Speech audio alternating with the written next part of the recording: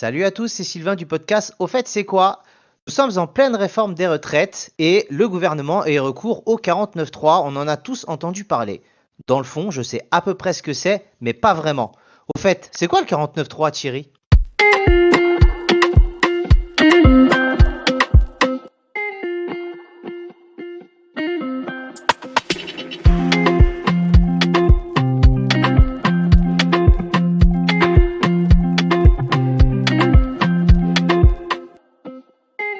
Salut Sylvain, salut à tous.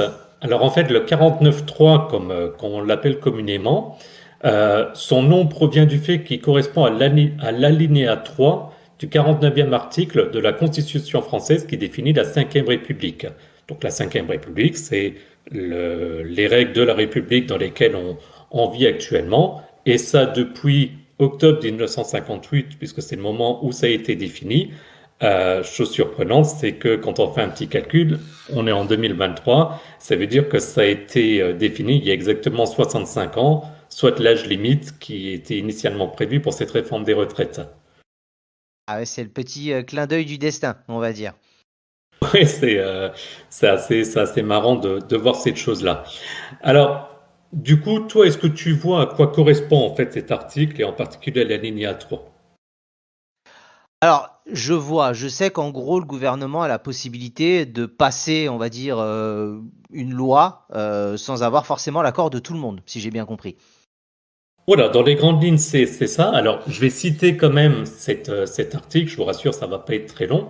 Donc, l'article il stipule que le Premier ministre peut, après délibération du Conseil des ministres, engager la responsabilité du gouvernement devant l'Assemblée nationale sur le vote d'un projet de loi de finances ou de financement de la sécurité sociale.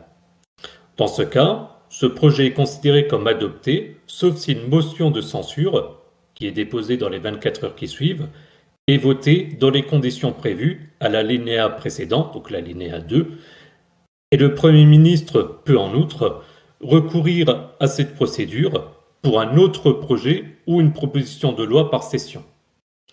Donc ça, c'est vraiment ce qui est noté dans la Constitution, et il y a eu une petite modification en 2008 qui limite à une seule fois par session parlementaire donc le recours à cet article, sauf pour les projets de loi de finances et les projets de loi de finances de la sécurité sociale.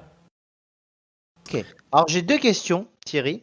Parce que au fait, c'est quoi une session parlementaire et pourquoi les projets de finances ont des passe-droits, on va dire.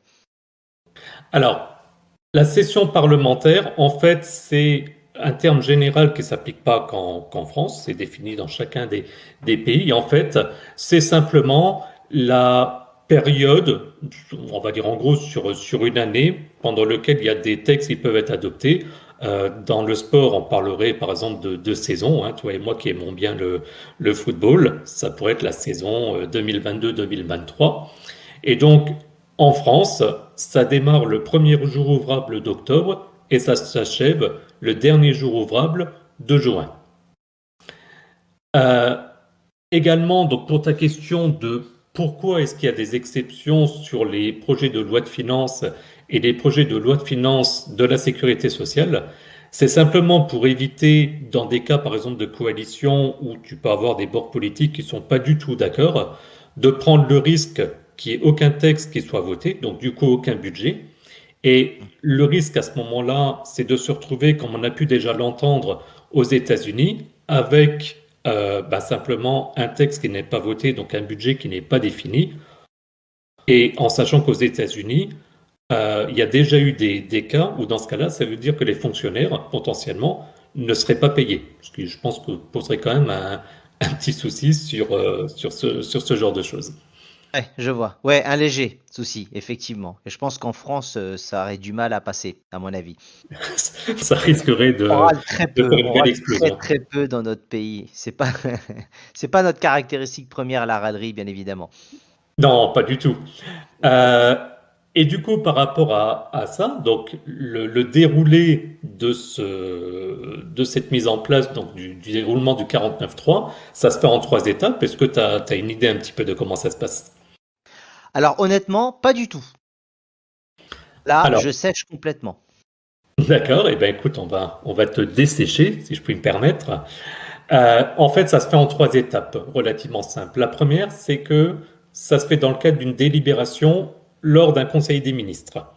Donc, conseil des ministres, c'est quand tous les ministres se retrouvent autour du Premier ministre et du président. Et donc, c'est simplement l'idée qu'au moins le gouvernement soit d'accord sur le fait de potentiellement déclencher le 49.3. Ok. La deuxième étape, c'est à ce moment-là l'engagement par le Premier ministre d'engager la responsabilité de son gouvernement, ce qui stoppe les débats. Donc en fait, ça, c'est à ce moment-là, pendant une session à l'Assemblée nationale, où en gros, le Premier ministre va dire hop, hop, hop, hop, hop, stop, moi maintenant, en gros, il y en a marre et je décide de déclencher le 49.3. Mais donc, ça engage la responsabilité de mon gouvernement.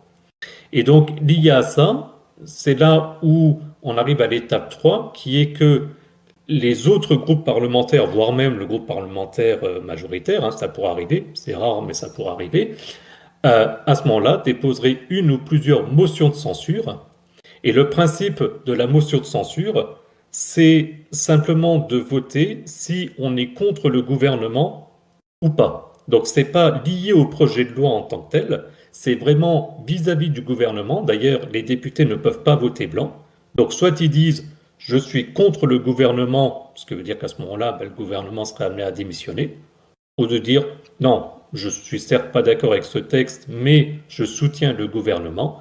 Et il faut, pour qu'une motion de censure soit adoptée, qu'il y ait la majorité des membres de l'Assemblée qui la votent, sachant qu'actuellement, il y a 577 députés à l'Assemblée nationale. Autant dire qu'il faut quand même qu'il y ait beaucoup de monde qui puisse voter cette motion de censure. Euh, et d'ailleurs, en l'occurrence, on va y revenir d'ici peu, mais en l'occurrence, c'est jamais arrivé qu'il y ait une motion de censure qui soit votée. Ok. Bah, c'est très structuré, c'est très normé en tout cas. Bon, ce qui n'est pas surprenant, mais c'est vrai que dans le déroulé, je ne savais pas ce que c'était exactement. Par contre, j'ai déjà entendu parler, parce que c'est pas la première fois que le gouvernement a recours au 49.3. Est-ce que tu as fait un petit peu de recherche pour savoir auparavant sur les différents gouvernements à quel niveau ça a été utilisé? Oui, alors ça a été utilisé de nombreuses fois. Donc, comme je disais, ça a démarré en 19... Enfin, la possibilité a été mise à disposition à partir de 1958. Avant ça, on était à la 4e République, donc les règles n'étaient pas du tout les mêmes. Et donc, ça a été utilisé par exemple par Michel Rocard, qui a été Premier ministre entre 1988 et 1991. Ça a été utilisé 28 fois. Pour se donner une idée, Elisabeth Borne, donc actuelle Première ministre depuis 2022, où on l'accuse d'utiliser beaucoup le 49.3, pour l'instant, à l'heure où on se parle, on en est à 11 fois. Et puis après, il y a différents ministres qui l'ont également, bien entendu, utilisé. Je vous invite à regarder, il y a une fiche sur Wikipédia. Et chose surprenante, c'est que on a eu deux cas où on était en coalition, c'est-à-dire avec un Premier ministre qui n'était pas du même bord, on va dire, politique que le président. Donc c'était Jacques Chirac entre 1986 et 1988, et il a utilisé 8 fois. Et Lionel Jospin, qui était Premier ministre justement sous Chirac entre 1997 et 2002, et lui par exemple ne l'a pas du tout utilisé. Ça veut dire, pour se donner une idée, que le vote des 35 heures, qui date de cette période-là, a été voté sans utilisation du 49.3. Ok. Ouais, disons que effectivement, je pense que ça dépend un peu des sujets de société et ça fait peut-être parfois plus ou moins de bruit en fonction de ces différents sujets-là. D'après ce que tu me dis, en tout cas.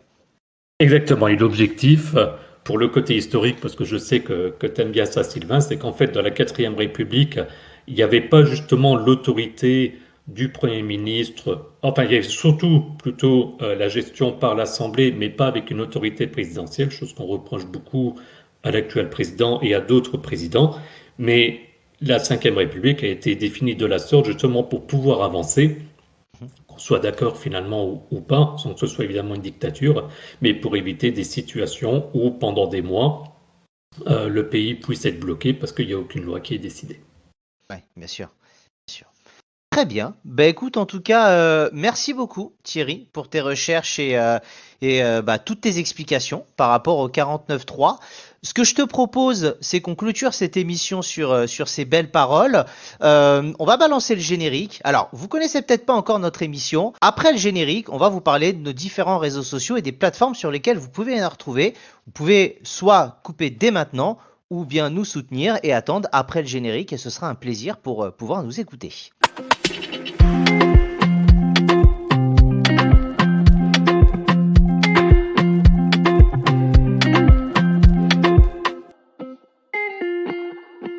Et je suis de retour. Si vous êtes encore là, on vous en remercie. Au niveau des réseaux sociaux, donc vous pouvez nous retrouver sur Facebook, Twitter et Instagram sur @aufait-c'est-quoi. Et pour les plateformes, je laisse de nouveau la main à Thierry.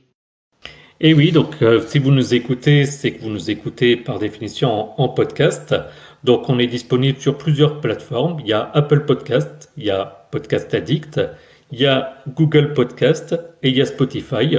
Donc n'hésitez pas à nous écouter, à partager. Et puis si vous le souhaitez, à pouvoir mettre une ou plusieurs étoiles. Une 5 étoiles fait toujours plaisir. Et puis on se retrouve à ce moment-là, Sylvain, bientôt pour un prochain épisode. Exactement. Merci à tous de votre attention et de votre suivi et de votre écoute. Et à plus dans le bus. Salut!